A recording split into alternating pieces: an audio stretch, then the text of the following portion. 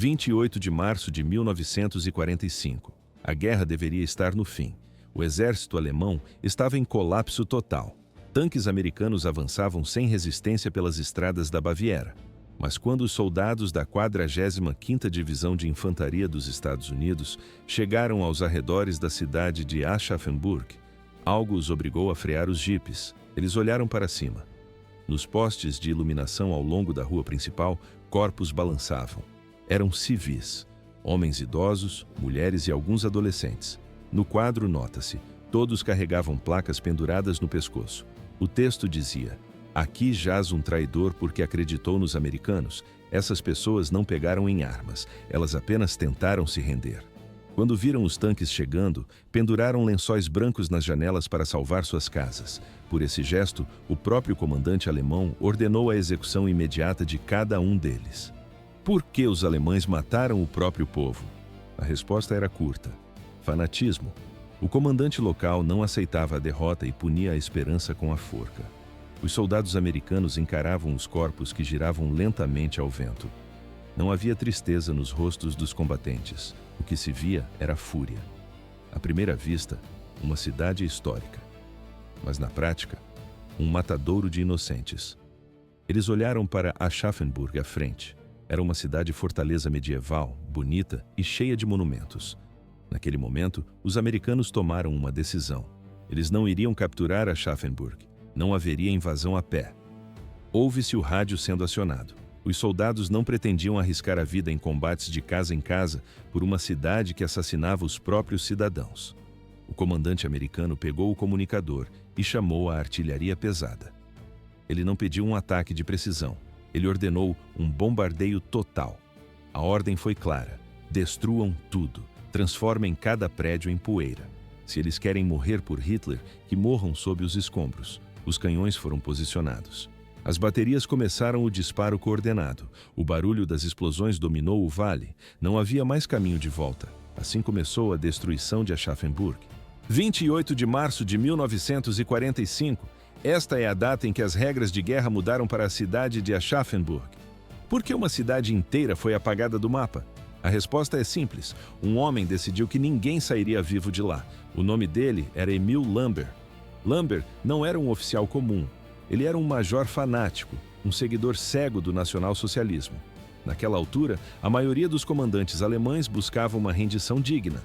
Eles sabiam que Berlim estava caindo, mas Lambert pensava diferente. Ele recebeu o comando de Aschaffenburg, uma posição estratégica às margens do rio Meno. A ordem veio diretamente de Adolf Hitler: Festung, Aschaffenburg, Fortaleza, Aschaffenburg. O comando era claro: defender até a última pedra. Lambert levou a ordem ao pé da letra. Ele não se importava com os civis, ele não se importava com a arquitetura secular. Para ele, apenas a obediência absoluta importava. No quadro das ruas, nota-se o desespero. Lambert não tinha mais um exército regular. Ele reuniu o que restava: membros da Volkssturm, a milícia popular. Eram velhos armados com rifles de caça, garotos da juventude hitlerista com apenas 15 anos de idade. Soldados feridos foram arrancados de macas de hospital. Ele deu a todos um ultimato brutal: quem tentar se render será fuzilado. Quem pendurar uma bandeira branca será enforcado. O aviso foi direto: lutar até a morte dos americanos ou até a própria morte. Mas isso era apenas o começo.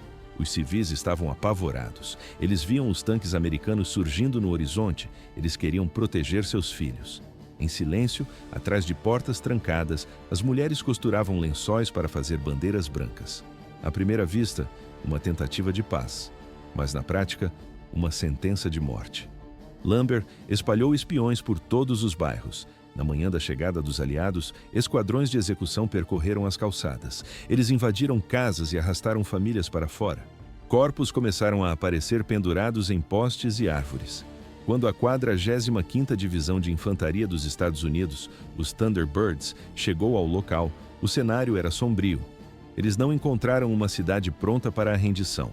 Eles encontraram uma cidade feita refém por um lunático. Os americanos estavam confiantes. Eles acreditavam que seria apenas mais uma vila alemã entregando as chaves. Era uma rotina de fim de guerra. Eles enviaram apenas uma pequena força de infantaria para a frente. Ouvia-se o som dos motores dos jipes avançando pelas ruas desertas. Os soldados relaxavam nos assentos. Eles esperavam mãos ao alto. O que receberam foi uma explosão de violência coordenada. Os Thunderbirds caíram em uma armadilha de fogo cruzado. Lambert estava apenas começando seu banquete de sangue. Não havia mais margem para diplomacia. 28 de março de 1945. A entrada nos subúrbios começou em silêncio absoluto.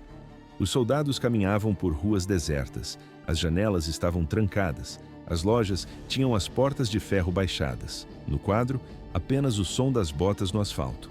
De repente, um disparo seco quebrou o silêncio. Logo depois, o estalo metálico de uma metralhadora. Em seguida, o rugido ensurdecedor de um foguete Panzerfaust. Os americanos correram em busca de abrigo. O fogo vinha de todas as direções. Do alto da torre da igreja, das frestas dos porões, dos bueiros no meio da rua.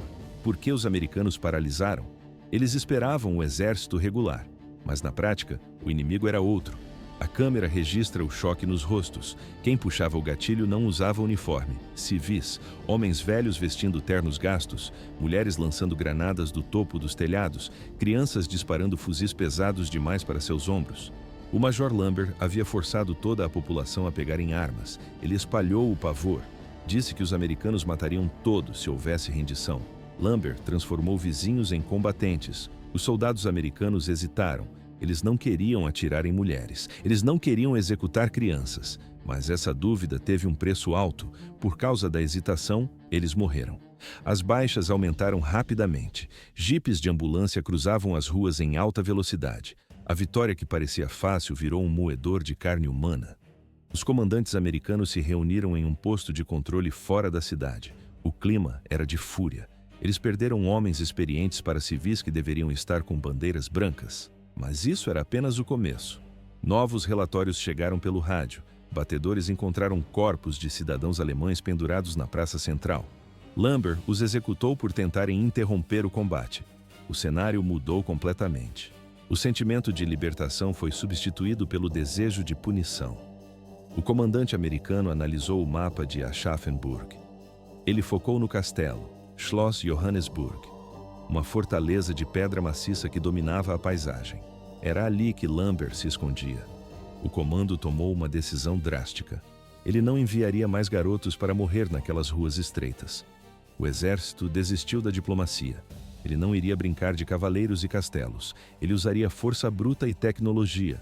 O comando solicitou o armamento pesado. Canhões Long Tom, de 155 milímetros, veículos M12, artilharia autopropulsada feita para esmagar concreto. A força aérea foi acionada. Uma nova ordem ecoou pelos rádios. Recuar. Sair das ruas imediatamente.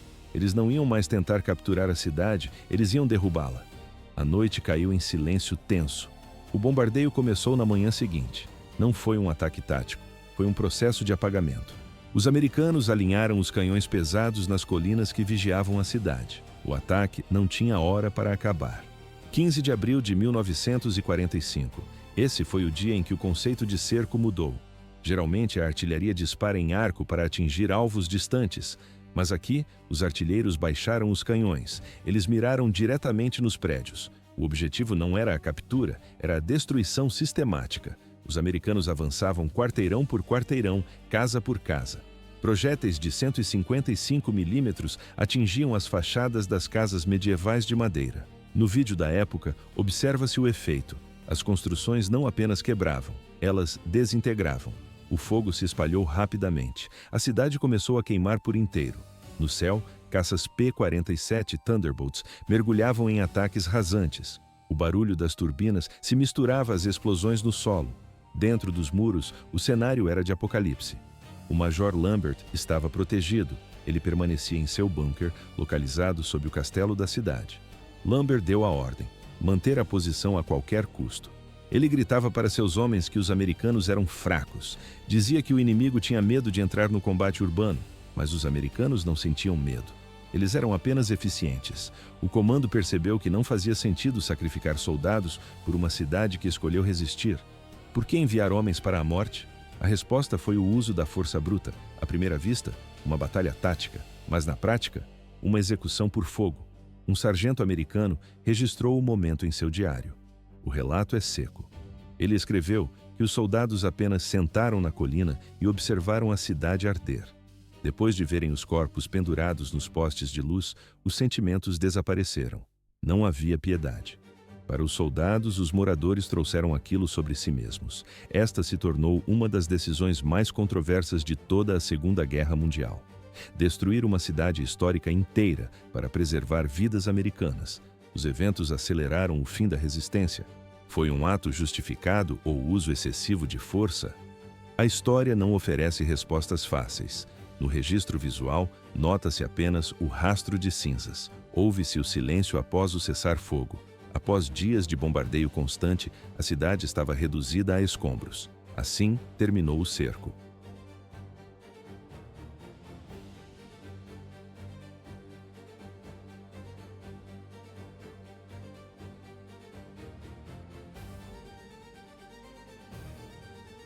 Aschaffenburg ainda resistia. No centro da cidade, uma fortaleza de arenito vermelho erguida nos anos 1600. Os muros tinham quase 2,5 metros de espessura. O Major Lambert estava lá dentro com suas tropas mais fanáticas. Os americanos avançaram para dar o golpe final. Mas não enviaram a infantaria para invadir os portões. Eles trouxeram um veículo de artilharia M12. Basicamente, um canhão de 155 milímetros sobre esteiras de tanque. O veículo estacionou exatamente em frente ao castelo. A queima-roupa. Os soldados alemães olhavam pelas frestas das paredes. No quadro, o cano massivo apontado diretamente para eles. O primeiro projétil atingiu a torre principal. A pedra explodiu. Poeira vermelha cobriu o ar. Os americanos dispararam de novo e de novo. Eles estavam abrindo buracos em muros que permaneciam de pé há 300 anos. O castelo pegou fogo. O telhado desabou sob o impacto. No interior, ouvia-se o grito dos feridos. Soldados adolescentes choravam. Eles imploravam para o Major Lambert se render. Gritavam que não podiam lutar contra uma parede de fogo. Lambert não cedeu. Ele sacou a pistola e ameaçou os próprios homens. Mas, finalmente, o limite foi atingido. Na manhã de 3 de abril, os disparos vindos do castelo cessaram. Uma bandeira branca apareceu por um buraco na muralha. Os americanos pararam de atirar. Lentamente, os soldados alemães saíram. Na filmagem, nota-se, eles estão cobertos pela poeira vermelha do arenito. Tossiam, tropeçavam, pareciam fantasmas saindo das ruínas. Então, o Major Lambert apareceu. Ele ainda usava o uniforme limpo, exibia suas medalhas, caminhava de cabeça erguida, arrogante até o último segundo. Ele marchou até o comandante americano, o tenente-coronel Felix Sparks, o mesmo Sparks que mais tarde libertaria o campo de Dachau. Lambert saudou. Tentou discursar sobre honra e dever. Sparks não ouviu. Ele olhou para as ruínas da cidade, olhou para a fumaça. Olhou para os civis mortos nas ruas, assassinados porque Lambert se recusou a parar. Sparks não retribuiu a saudação. Ele deu uma ordem seca aos seus policiais militares. Tirem ele da minha vista antes que eu mesmo o mate. Lambert teve suas armas confiscadas. Foi jogado na caçamba de um jipe. Enquanto era levado, os cidadãos sobreviventes de Aschaffenburg saíram dos porões. Eles não aplaudiram. Eles cuspiram no major. Eles o amaldiçoaram. Chamaram-no de assassino. Gritaram que ele destruiu a casa deles. A batalha por Aschaffenburg durou 10 dias. Deveria ter durado 10 horas. Por causa do fanatismo de um homem, 90% da cidade virou escombro. Centenas de civis morreram. Centenas de soldados americanos foram mortos ou feridos.